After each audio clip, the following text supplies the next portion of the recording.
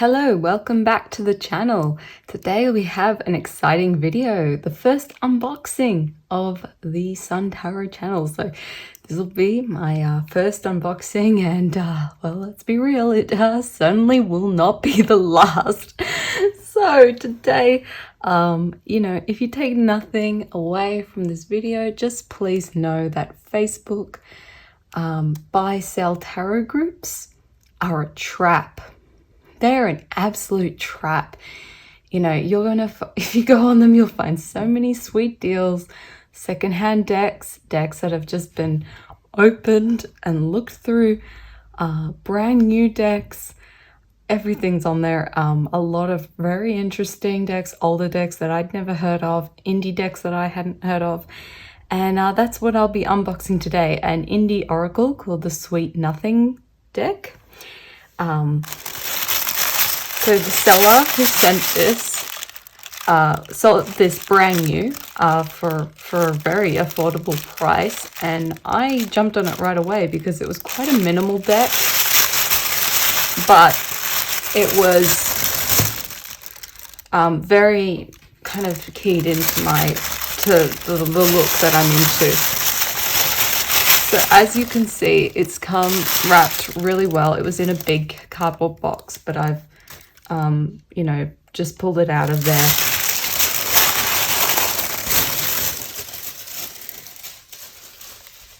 So it comes with its guidebook and a cloth.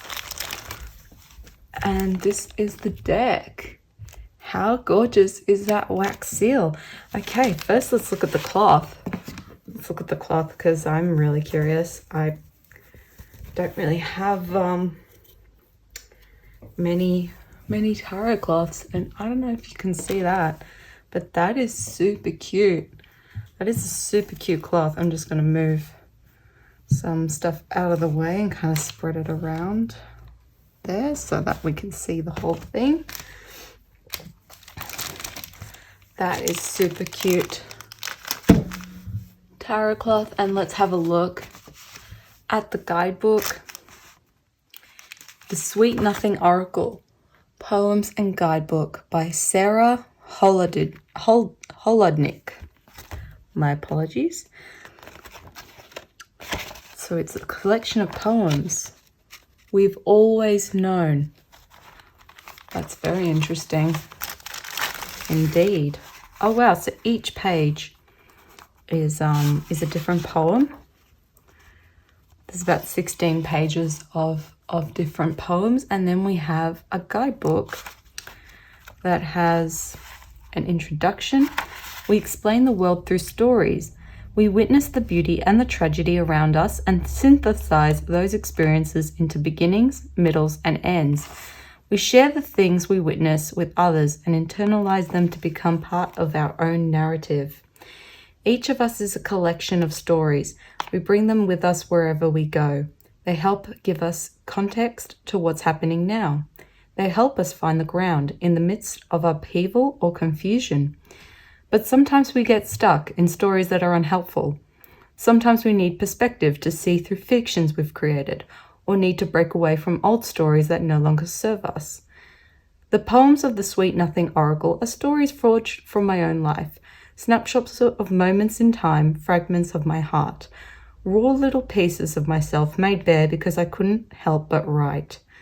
But the poems are archetypal as well, and the cards that evolve from them are meant to bring the snapshot of the present into clear focus through their powerful simplicity.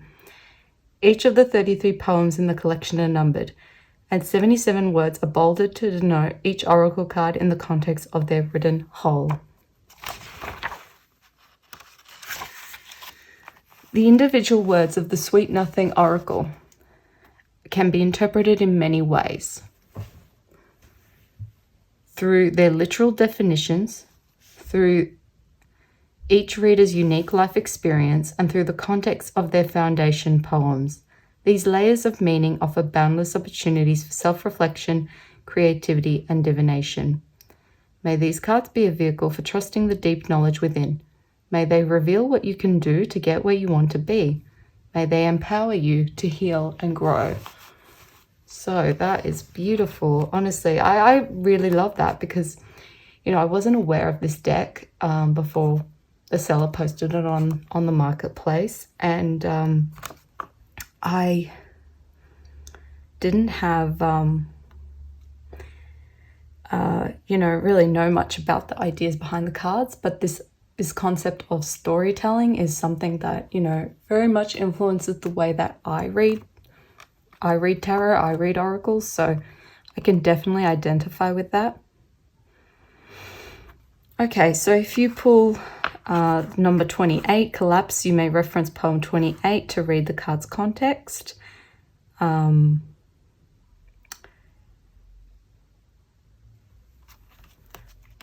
you can obviously bring in your own meanings to that. So she's lists all the different cards. So there's 33 cards, it looks like, in the deck. She talks about practicing spreads, trusting yourself, goes through a few different spreads. We might try one from the guidebook. And it was a Kickstarter deck as well.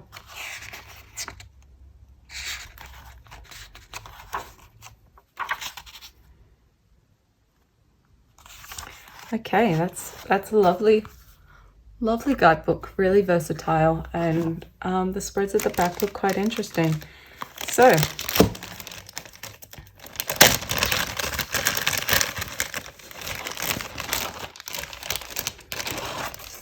the seller sent this deck in the snap lock bag to help it avoid sliding around. And let me just bring the camera down.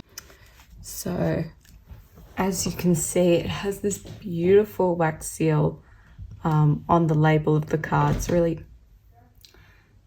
So this wax seal is definitely just such a beautiful addition to the packaging, and I've got to admit, I do love things like that. Yeah, so let's try to carefully slide it off. Let's see if we can and have a look at these cards. Yep, I just slid it off really easily. Probably try to save that and add that to my tarot journal or something. And there is a little message in there. We've always known. Hashtag Sweet Nothing Oracle. Very, very, very powerful.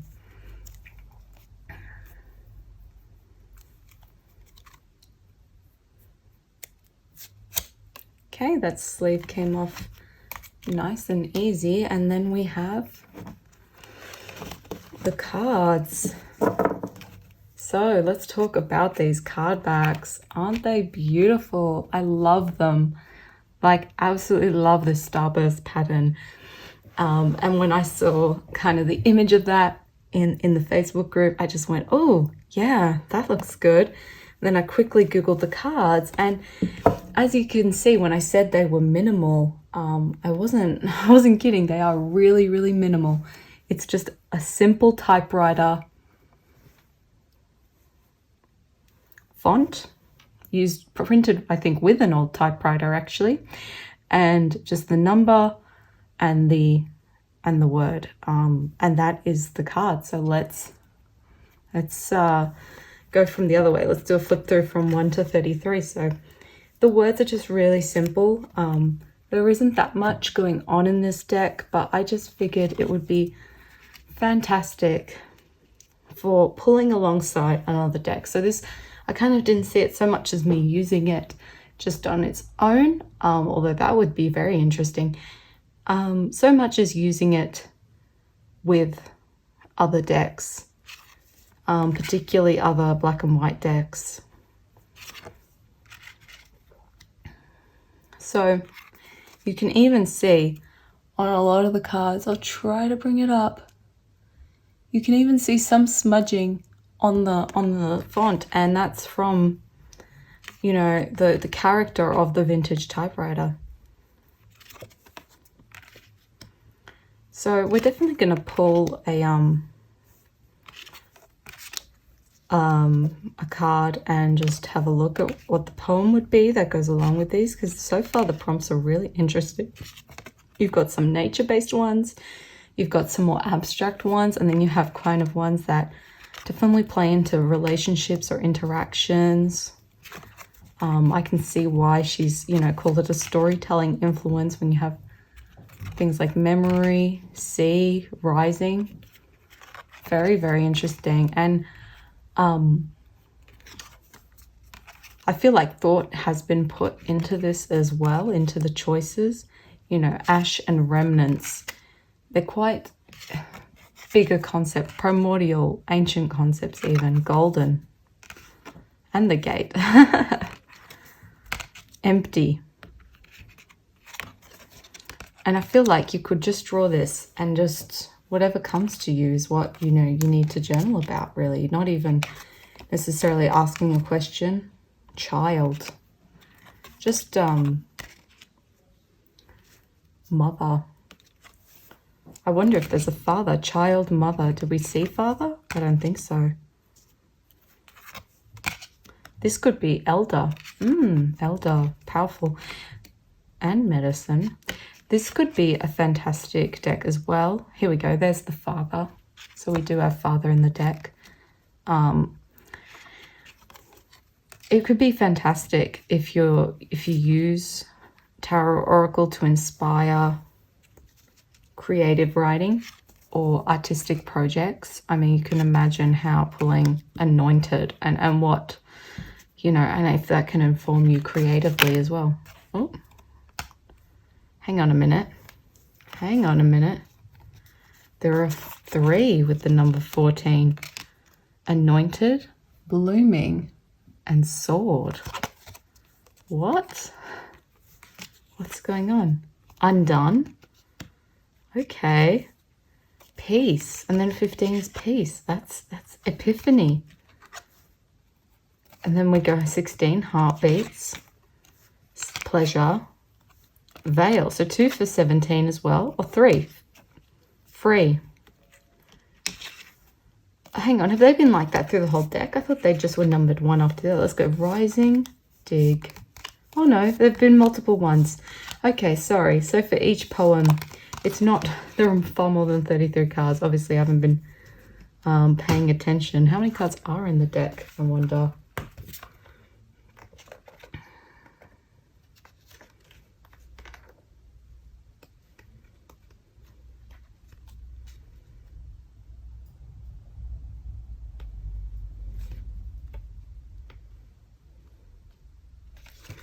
Okay, I'm not sure how many cards are in the deck. It doesn't quite say, obviously, in the guidebook, but these are obviously all part of the same poem. So night and layers are in the same poem, and that's what the number 18 is about. Well, I should have paid more attention to what I just read on camera. But anyway, so then we have roots, fire. Okay. Now we kind of got some more nature-based ones. It's kind of an interesting... Have we had any about the ocean, I wonder? Bathe? That's very evocative, isn't it? Smoke. Hide.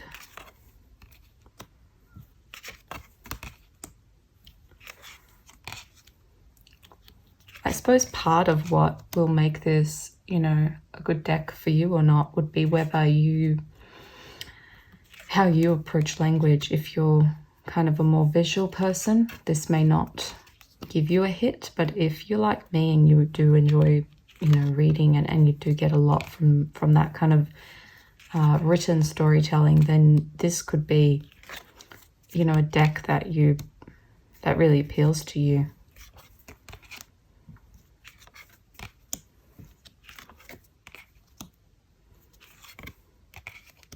Suffocating.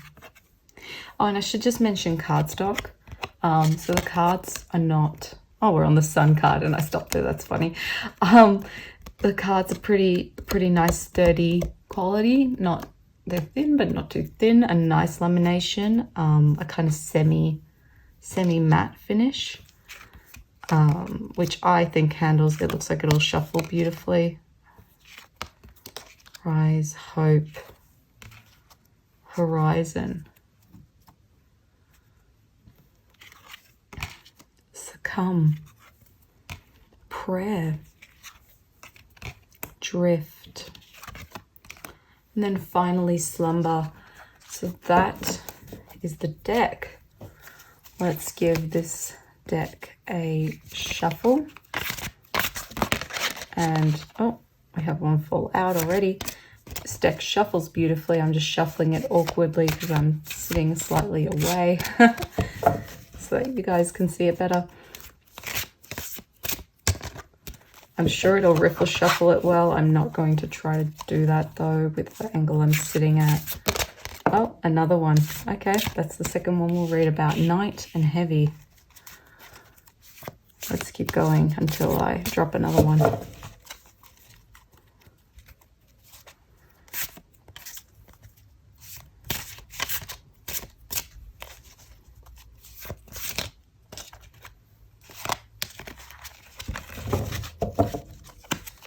Okay, I think we are good to find another one. Build. Night and heavy and build. Wow. Well, if you're watching this in the future, we are in the middle of a pretty tense global situation where America is having their election week, and kind of everything is going a little sideways, not as smoothly as we intended. We're really in the dark. We don't know what's going to happen exactly. And it could, obviously, I'm from Australia, but it's going to affect the whole world, that's for sure. There's a lot of emotion. Things are very heavy, but we're all hoping that out of the situation, you know, we're going to build something good. So we're really in this kind of unsure place right now at the time of filming. So let's have a look at some of the poems. 29. Sunset. The night. The sun is setting and I've started to fear the night because I forgot it will rise again. I forgot it will rise again. That's interesting. 27. Heavy. A bunker can't go just anywhere. Even in an open field, roots can get in the way. Consider using heavy machinery.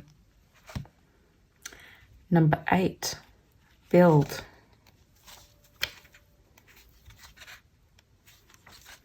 It took 4 years to build the Golden Gate.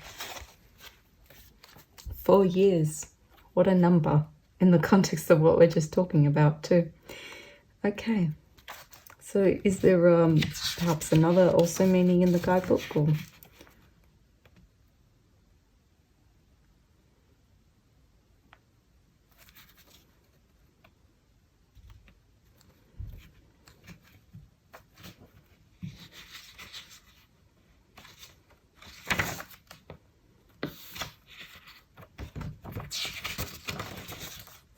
So that's the meaning in the guidebook for it, which is just in the form of a poem.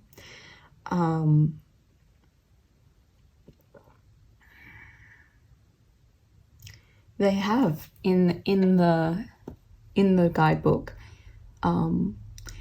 a suggestion for a 4-card hybrid spread using a tarot. So you're pulling a tarot as the theme of the reading, and then you are drawing 3 of these cards, kind of in a past, present, future, opportunity, challenge, outcome, resolution, mind, body, spirit. So for this part of the video, I thought it'd be super fun to show some tarot decks that I think would be really, really compatible with this deck. So let me pull down.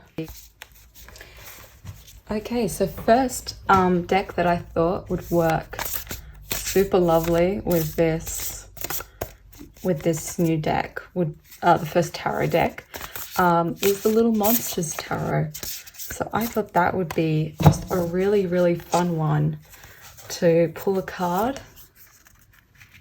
And there is our card. I'm going to have to pull this out first. So here we have Death as the theme, which is not great little monsters. And then we've got the Knight, Heavy, and Build cards. So, you know, this is a period of transition. This is a period of something, I know what I hope for, coming to a close, and something else better for the world, better for the health of the world, taking its place. So that is the first card, the first kind of tarot card deck that I thought would work. The next one that would work would be the Wild Unknown, because it's also black and white. So you think you're, you know, getting a theme here. I figured just from looking at the images, the black and white decks would work. I do like it with the little monsters, but let's see if classic Wild Unknown plays better. Oh, okay, the Lovers card. And let's pull 3 more, just for something different. Let's pull 3 more cards. So, Elder, Golden, and Gate. So the Lovers card, you know, the way I tend to read it is as a unification, as a harmonizing of 2 forces. And here we've got the Elder, the wisdom of the past, talking to, kind of guiding us, giving us a golden message or something of hope. And it's interesting that the Gate is also here. So a transition, again, moving through something. Do you have, you know, something in the future to open the gate for, to allow that unity of the lovers in? This is obviously looks really good together.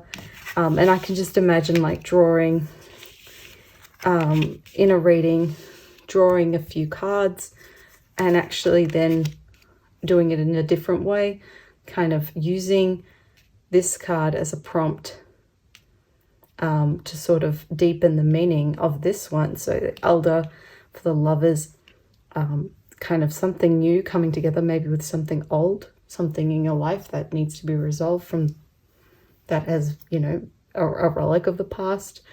Golden. And we have the 5 of Pentacles. So where is the sweet in the bitter? Where is the golden opportunity in what's been lost? You know, you're in a feeling of grief. The rose is losing its petals, and perhaps a relationship or something else is not working out as you please. But where is the positive? Where is what, you know, is shining and golden and sort of like the silver lining to the situation? And then we've got the Daughter of Cups, beautiful beginning of, you know, something creative, something intuitive. Maybe you're working with a new deck or something, and you have the Gate. So where is this new adventure, this new opportunity that you're looking at, that you're contemplating, journeying through those waters of the subconscious? Where is that? You know, where is that gate for you? And are you willing to plunge beneath the waves and journey through that gate and find that? So that's beautiful. I love that together. The Wild Unknown is definitely a winner. And then we have, I'm not leaving that in there. Then we have, I think, a couple of oracle decks, because I do not mind doing oracle only readings, and I think just using oracle can be a really interesting experience. It can become a lot more intuitive. It can, oops, I'm still having trouble opening this box. It'll get there. It's loosening up, but slowly. So this is the Empty Cup oracle, and as you can see, the black and white theme, I do like that aesthetic a lot, and I think it just really all kind of goes together visually as well. It's sort of, there's nothing disruptive about it. So let's draw 3 new cards.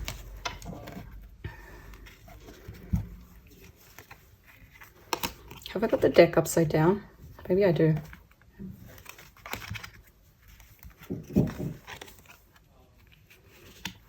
Empty and full and healer. So obviously I haven't shuffled this very well, but just wanted to pull something in and kind of give us this idea. So this again harmonizes really well. You have your mayflies, sort of an insect with a very short lifespan, very fleeting, with empty. So is there something that you're looking at in the present situation that you know something's not right with it? It feels empty, it's full of false promise, and it's not going to last. And then what is the vice? Maybe the blindfold. You have to take off that blindfold. Like right now the situation is full of what? Full of a block of something that is not, of lies perhaps. And what will the outcome be? Healer and moth. So a rejuvenation, perhaps one with more feminine energy as well. Someone, either you, depending on your intuition, to heal yourself from this situation, or something, a female friend or family member coming in to help you there. I often see the moth as really representing a lot of feminine energy for me. It's kind of the night, the moon energy as well in there. So there's a lot of powerful healing spiritually and emotionally through moth energy. So this is really beautiful. I don't know, yeah, I'm just mucking around. Obviously I like to take more time with my readings. I don't really rush them like this, but just pulling out quick fire ones, we start to see some really cool opportunities. And last but not least is the Animal Spirit Oracle. And I feel like this one has a lot of really archetypal energy. So the way I'd like to use this, I think, is to just take a few cards from the Sweet Nothings deck, and just pair them with one Animal Spirit card. Sorry you guys, that's the dog barking. So I'm just going to pull the cheetah for this example, something with a bit more color. And we have the child, the mother. So you can tell I really did not shuffle this well. And the water with the fire energy of the cheetah. So that's really interesting. I know my mother is a very fierce character here. And she has a lot of fire energy for sure. So I kind of can see a personal familial relationship with this. Also see the cheetah kind of being very similar to the Chariot in the tarot. A real driving forward of energy, a real movement and kind of point of action, take action now. That's what I feel like when I see this card. And you've got the child. So it's kind of interesting because, you could read that as past and future, or release, accept. If we think about it like release, accept, maybe it's time to release what's, what, you're holding on to from childhood, or some childish kind of facet of your nature, and, examining what that might look like for you. Or it could be,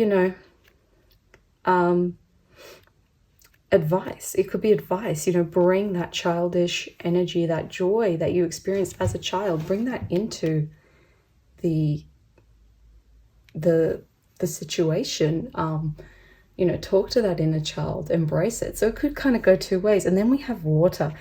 So do we need to balance out that fire energy with water energy as well? Has there been a balance of those things, or are you leaning one way more than the other? It's kind of interesting. So I really love that together. I think that just visually, the buffalo, that's been one that I've drawn a lot this year, so much. Actually, same with the bear. This is a bit freaky. Okay, I haven't drawn the peacock at all this year. There we go. But as you can see, they do really work together. And even just a simple, you know, release and receive. Stunning. Or give and take. Today, tomorrow. Very interesting. It's all there in this deck. So this is the Sweet Nothing Oracle by Sara Holodnick. And I'm so sorry for always saying your name wrong. And I'm gonna have a lot of fun using this deck year round. I do tend to pull out my black and white decks during winter, so that will be a joy. This cloth I'll be using for a lot of different decks. As well as to store this deck in. This is a beautiful cloth.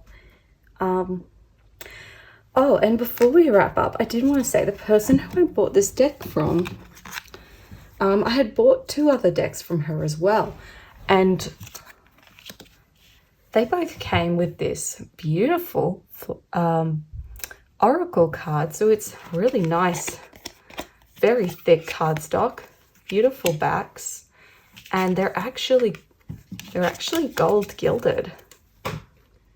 I'm hoping you can see that. And I looked it up, and the seller, Melissa Selvaggio, is an Australian oracle deck creator. So she is the creator of When My Soul Whispered, I think is the name of the oracle. And these are 2 cards from her oracle deck. So I didn't realize that until today, until I realized, oh, it's the same seller and everything like that. So I will link her oracle down below. It looks super gorgeous, and she's, you know, local to me, so that's amazing. And yeah, I hope you might be interested in checking that out as well, because how fun is that? You know, this Kickstarter oracle deck is so close to where I live. So thank you so much for watching. I hope that you got something out of this, and I'll see you all in the next video. Bye!